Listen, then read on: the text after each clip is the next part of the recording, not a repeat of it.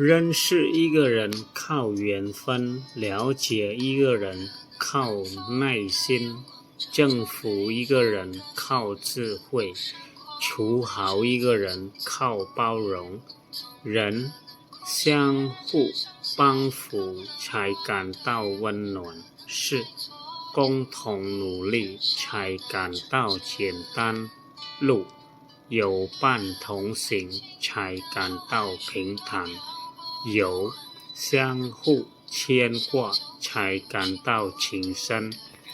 坚持与人为善，不遗余力地成就他人，也将在不知不觉中成就自己ការស្គាល់មនុស្សម្នាក់ពឹងលើនិស្ស័យការយល់ពីមនុស្សម្នាក់ពឹងលើចិត្តអត់ធ្មត់ការបង្ក្រាបមនុស្សម្នាក់ពឹងលើប្រាជ្ញាហើយការចុះសម្រុងជាមួយមនុស្សម្នាក់ពឹងលើការអត់ឱនមនុស្សជួយគ្នាទៅវិញទៅមកទើបមានអារម្មណ៍ថាកក់ក្ដៅកិច្ចការខំប្រឹងរួមគ្នាទើបមានអារម្មណ៍ថាសាមញ្ញផ្លូវមានដៃគូរួមដំណើរទើបមានអារម្មណ៍ថារលូនមិត្តភក្តិខ្វល់ខ្វាយពីគ្នាទើបមានអារម្មណ៍ថាមានមនោសញ្ចេតនាជ្រាលជ្រៅ